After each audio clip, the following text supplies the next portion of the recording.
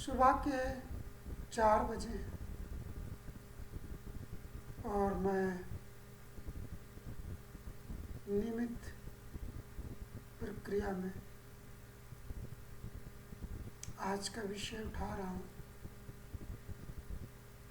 आज 2 विषयों की चर्चा करूँगा। विषय का नाम है दलित समाज बनाम दलितों का दंगल। इस विषय की चर्चा करूं इससे पहले बुद्धों को नमन कर लेता हूं,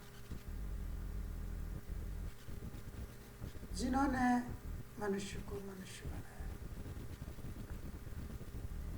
नमो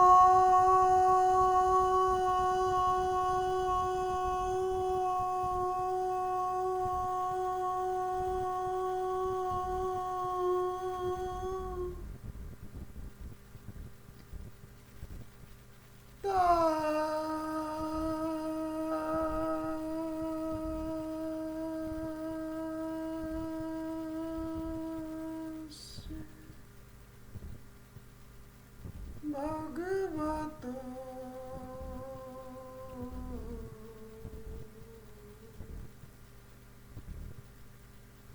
अरहतो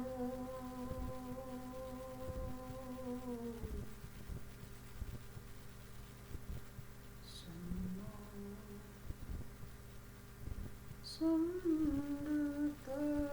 सम्बुद्धास्सि।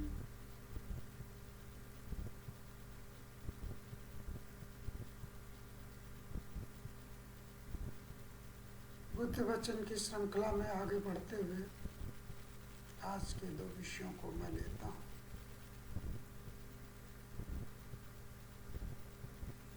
अभी सुबह सुबह इंटरनेट खोला और अपने ईमेल को चेक कर रहा था, तो एक ईमेल प्राप्त हुआ जो डीटीसी से है, दिल्ली परिवहन निगम। अब इस मेल में सूचित किया गया है कि अंबेडकर चौक पर जो बस स्टॉप की मांग की गई है बेगमपुर में,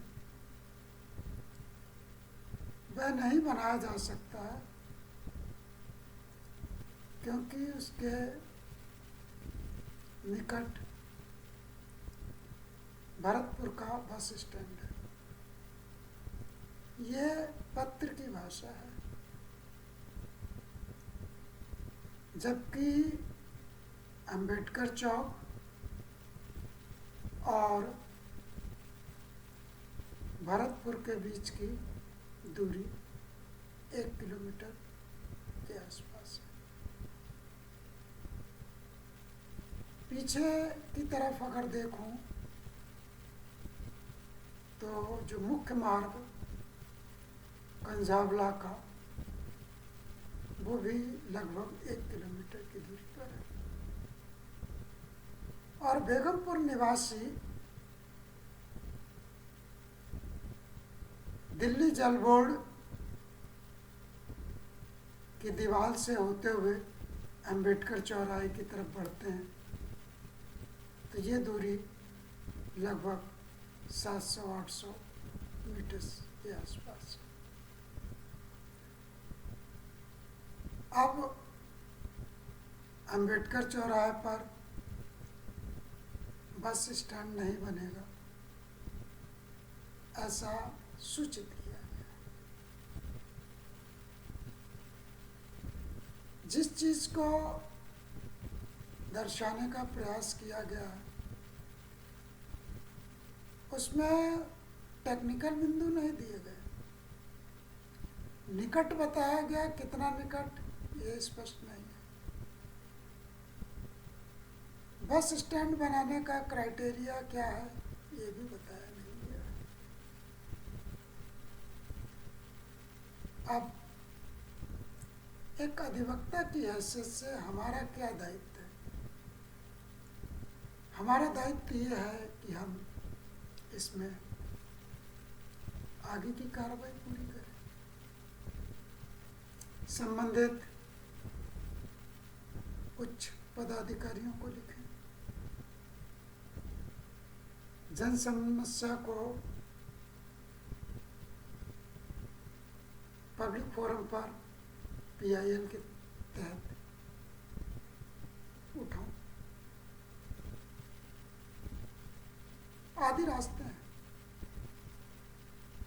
परंतु ये सब होगा कैसे? तथाकथित रेजिडेंट सोसाइटी बेगमपुर के अध्यक्ष का कहना है कि उनके पास कोई फंड नहीं है।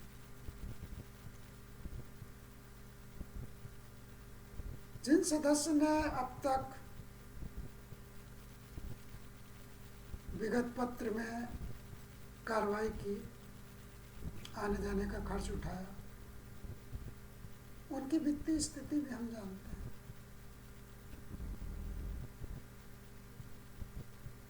उनसे और अधिक खर्च नहीं कराया जा सकता।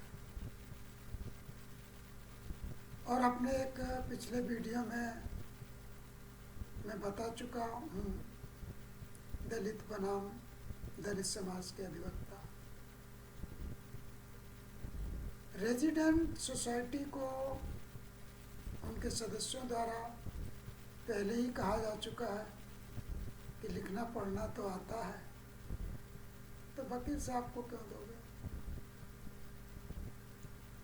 तो लिहाजा अब इस विषय पर आगे कौन कार्रवाई करेगा? निश्चय ही मैं यदि इसमें लिखा पढ़ी करता हूँ तो कागज कलम आदि का खर्च तो चाहिए। पत्र को देने के लिए जिन संसाधनों का उपयोग किया जाएगा उसका खर्चा तो चाहिए। कल शाम को एक वीडियो मैंने जारी किया कि दलित बस्तियों की पहचान, और अभी सुबह सुबह हमको जो पत्र मिला है वो इसी दिशा में इंडिकेट करता है। बस स्टॉप का ना होना या बस स्टॉप का ना बनाया जाना इस दिशा की ओर संकेत करता है कि ये दलित बस्ती है। और फिर अंबेडकर चौराहा अपने आप में ही शो करता है कि ये दलित बस्ती है। और दलित तो का संगठन किस तरह से कार्य कर रहा है? विगत 40 सालों में तो वो बस स्टैंड नहीं बनवा सके, आगे भी बनेगा इसकी संभावनाएं कम है, क्योंकि जब तक मुझे कागज़ कलम का खर्च नहीं मिलता, आने जाने का कन्वेंस नहीं मिलता, हम इस पर कैसे कार्य करेंगे? अन्य रिसोर्स है नहीं जिनसे हम अपना पैसा लगा सकें। और जो सदस्य अभी लगा रहे थे उनकी माली स्थिति हम खुद जानते हैं, वो और अधिक खर्च करने की स्थिति में होते हैं या नहीं होते हैं, इस विषय को देखना पड़ेगा। तो अंबेडकर चौराहे पर अंबेडकर बस स्टैंड नहीं बनेगा। एक मूल मानसिकता विभाग की भी हो सकती है, जैसा मोदी राज में चल रहा है। अंबेडकर छुट्टी खत्म कर दी गई,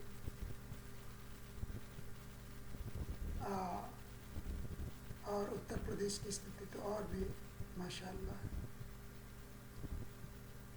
तो इन विषयों को ध्यान में या इनका संज्ञान लिया जा सकता है। दलित बस्तियां दिखाई देनी चाहिए कि ये दलित बस्ती। तो यहाँ की रेजिडेंट सोसाइटी और उनका स्वप्न, सम्मान, स्वाभिमान और सुविधाओं के लिए संघर्ष की स्थिति को मैंने वर्णित कर दिया। अब बढ़ते हैं दूसरे विषय की ओर।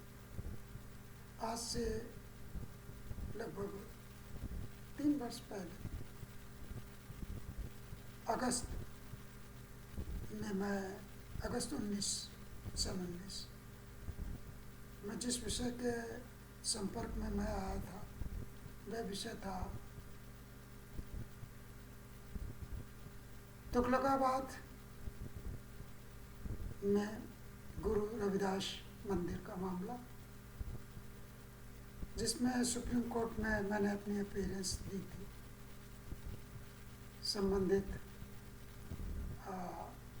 सदस्य की वजह से वह चाहते थे कि इस केस पर मैं निगरानी करूं और मैंने की। उसके पश्चात जो रास्ते बनते थे वो संबंधित जो सोसाइटी वहाँ पर काम कर रही थी, मैंने उनको बताया ये हो सकता है। उन्होंने उस समय उस पर महंगे अधिवक्ता जो अदर जाति और धर्म के ताल्लुक रखते थे, जिनका सीधे गुरु रविदास से कोई लेना देना नहीं था, उनको हायर किया, महंगी फीसें दी। जब उसको मैंने जो त्रुटियाँ हुई उनको बताया और मैंने कहा इस पर अप्रोच की जा सकती है, तब उन्होंने हाथ खड़े कर दिए कि उनके पास पैसा नहीं है। तो मैं भी पीछे हट गया, क्योंकि जो खर्च आएगा वो तो देना ही पड़ेगा, उतना तो देना ही पड़ेगा जितना कागज कलम का आता है। फिलहाल एक अच्छे इंसान अशोक तंवर जी ने उसमें पहल की और सभी श्रद्धालुओं को पूजा का अधिकार मिला और एक सरकारी समिति बनाई गई। परंतु ये समाज की सरकारी समिति अभी तक मंदिर के उस स्थान को वापस नहीं ले सकी। चूँकि मुझे इस केस में जोड़ा गया, इसलिए मेरा इससे विशेष लगाव है और मैं चाहता हूँ कि ये प्रांगण गुरु रविदास का, जहाँ पर उन्होंने कुछ समय गुजारा था, समाज के को वापस मिल जाए। तो एक तरफ तो वो पुरानी समिति है जो उस प्रांगण की देखभाल कर रही थी और अपनी किन्हीं त्रुटियों के कारण उस केस को हार गई। दूसरी तरफ जस्टिस अरुण मिश्रा की तरफ से के आदेश पर एक कमेटी गठित कर दी गई जो उसमें मठाधीशी कर रही है, परंतु मंदिर को अभी भी डीडीए से नहीं ले सके। मैंने डीडीए से कई प्रश्न पूछे और डीडीए उसका संतोषजनक जवाब नहीं दे सके। मुझे इस केस को आगे प्रोसीड करना है और लीगल नोटिस जारी करना। इसके साथ साथ अपने पूजा के अधिकार को मांगने के लिए मुझे हाई कोर्ट की शरण में भी जाना है, सरकार को पार्टी बनाना है, डीडीए को पार्टी बनाना है, सरकारी समिति को पार्टी बनाना है, आदि आदि चीज़ें इसमें सम्मिलित हैं। परंतु इसका खर्चा कौन उठाए? तो मैं पिछले वीडियो में भी चर्चा कर चुका हूँ और थोड़ा सा बारीकी से इसकी चर्चा कर देता हूँ। मंदिर का वो स्थान हमारे कब्जे में अभी तक नहीं आया, परंतु उस प्रांगण में आधिपत्य का संघर्ष स्टार्ट हो गया। वह आधिपत्य का संघर्ष ये है कि निशान सोहम का लगेगा कि हरि का लगेगा। हरि और सोहम के झगड़े के बारे में पहले तो मैं नहीं जानता था, क्योंकि उत्तर प्रदेश में रहते हुए इस तरह के विवाद नहीं थे, मेरे संज्ञान में नहीं है। दिल्ली में आकर मुझे हरि और सोहम का लफड़ा भी सुनने को मिला। मैंने विशेषज्ञों से पूछा, तब पता लगा कि हरि और सोहम का लफड़ा क्या है। अब हरि और सोहम के लफड़े के लोग एक दूसरे को इतनी हे दृष्टि से देखते हैं, यदि मैं हरि के साथ बैठ जाऊं तो सोहम वालों को तकलीफ हो जाती, और सोहम के साथ बैठ जाऊं तो हरि वालों को तकलीफ हो जाती। और इसके अलावा जो पुरानी मंदिर कमेटी थी, उसके अपने अहंकार थे, अपनी मठाधीशी थी, जो समाज को विखंडित करती रही।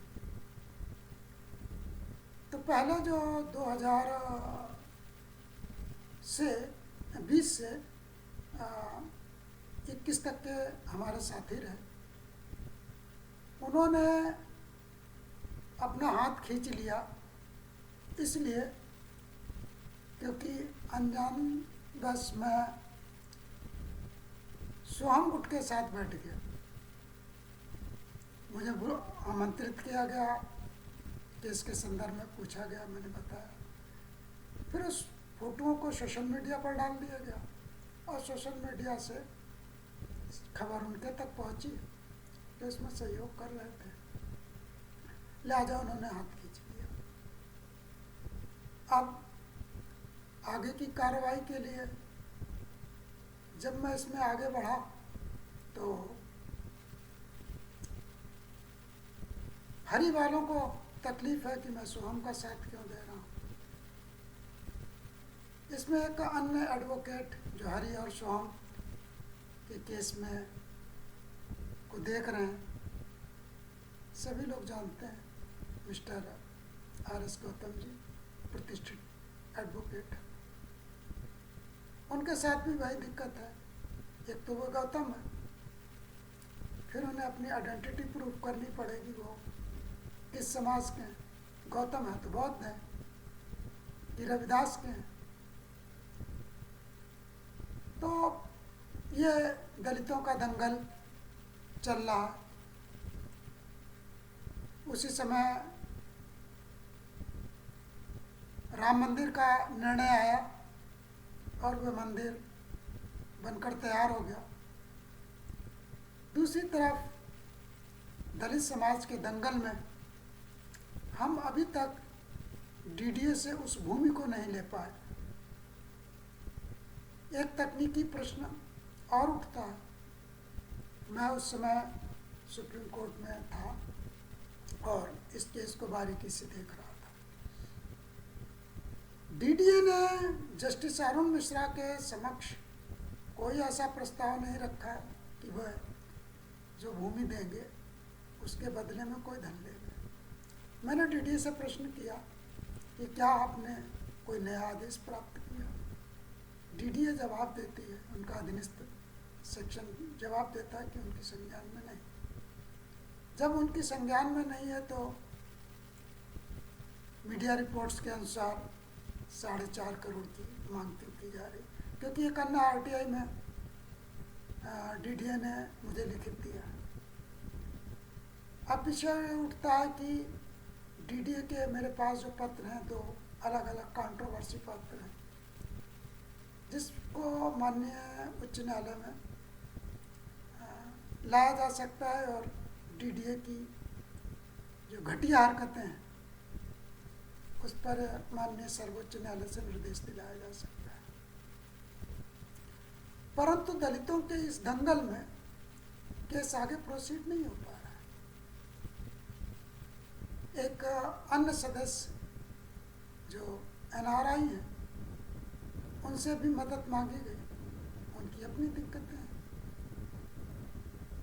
उन्होंने एक छोटी सी बात उठाई जिसका मेरे पास जवाब नहीं। मतलब इस केस पर कोई 1 लाख 2 लाख या करोड़ का खर्च नहीं आना है। 10-12 हज़ार का खर्च आना है यदि एडवोकेट का खर्च ना दिया जाए तो इतना भी अगर लोग अरेंज नहीं कर पा रहे हैं तो उन NRI सदस्य को थोड़ी सी तकलीफ हुई, जिसका जवाब मेरे पास नहीं था। तो दलितों का दंगल इस तरह से है। उस केस में मुझे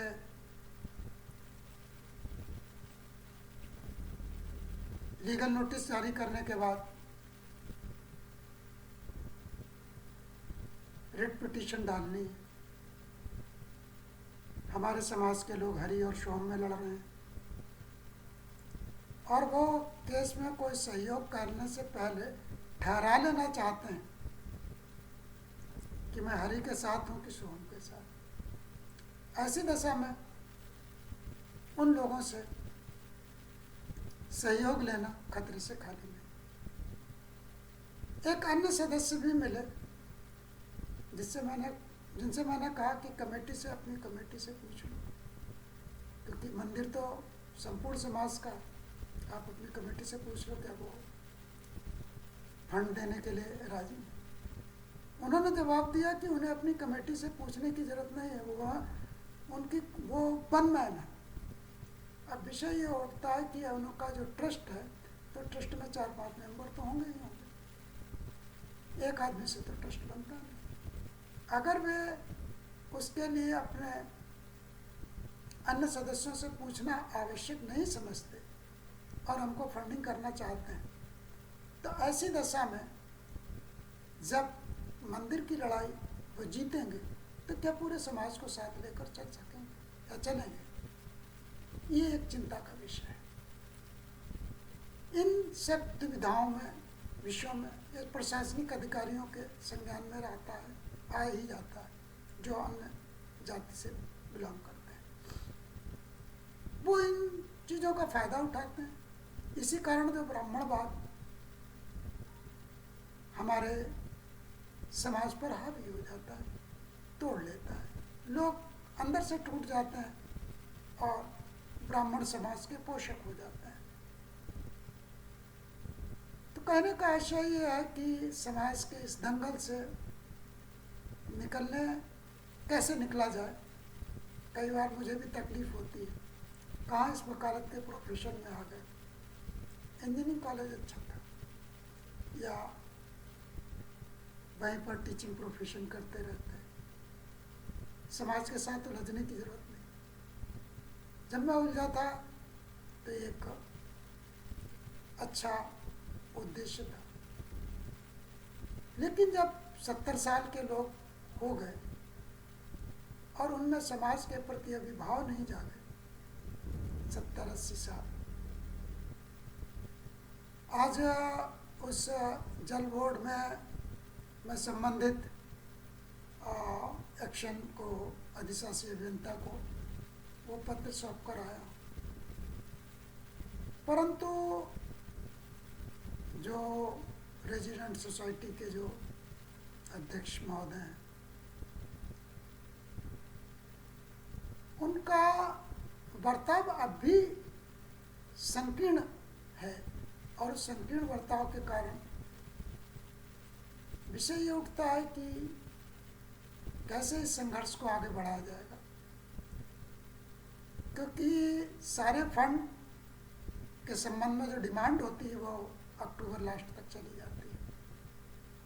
अगर जेई ने थोड़ा सा भी डिले किया तो ये केस अगले साल के लिए ट्रांसफ़र हो जाएगा। ऐसी दशा में संबंधित डिपार्टमेंट से संपर्क बनाए रखना पड़ता है, समय समय पर रिमाइंडर करना पड़ता है, क्योंकि मैंने अपने गांव में एक 2 किलोमीटर लंबे, 2.5 किलोमीटर लंबे नाले को खुदवाया था ताकि खेतों में भरा हुआ पानी निकल जाए और किसान उस खेत को उपयोग कर सके। मेरे पास उसका एक अच्छा अनुभव है, मैं उस कार्य को कर सकता हूँ।